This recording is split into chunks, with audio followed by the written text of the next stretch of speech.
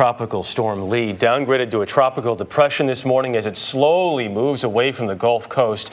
It's dropped a foot of rain in some places, spreading the risk of flooding, especially in Louisiana. CBS's Bigad Shaban is in Crown Point, Louisiana, one of the many areas drenched by this storm. Bigad, good morning. Well, good morning, Jeff. And after 4 days of on and off rain here, it's finally expected to die down this morning. But in Crown Point and other nearby coastal communities, the flood waters still linger. This is actually a main road into town just behind me. And it's all because of that storm surge that Lee brought in, bringing in rising waters from the Gulf of Mexico. Homes were turned into tiny islands as Tropical Storm Lee left coastal communities underwater in South Louisiana. That same storm system also poured down roughly 13 inches of rain in New Orleans, up to 15 in the metro area. And the impact stretched all along the Gulf Coast, even spawning tornadoes in Lillian, Alabama. Well, I heard the dear television say tornado warning, and about that time you just heard an ungodly clap of lightning. I mean, it just lit up the whole house.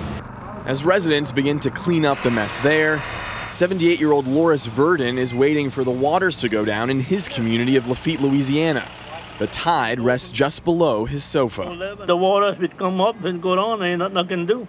Front yard swings weren't high enough, rain boots tall enough. The streets looked more like bayous than roadways, and backyards even became homes for gators.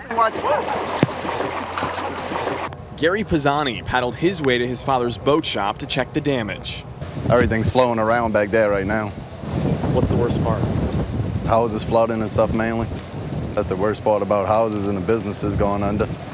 Michael Ankala fears for his job too, as he waded through knee-high water to check on the shipyard he manages. He's been through it before. It's like living anywhere else. Everywhere you live, they got some kind of problem to deal with. So ours is the flooding. Hopefully we get 2-3 years before it happens again. And Lee has already brought more than 10 inches of rain in Mississippi, and it's expected to bring between 4 and HF as it crosses over into Alabama tomorrow. Bigad Shaban in Louisiana this morning. Bigad, thank you very much.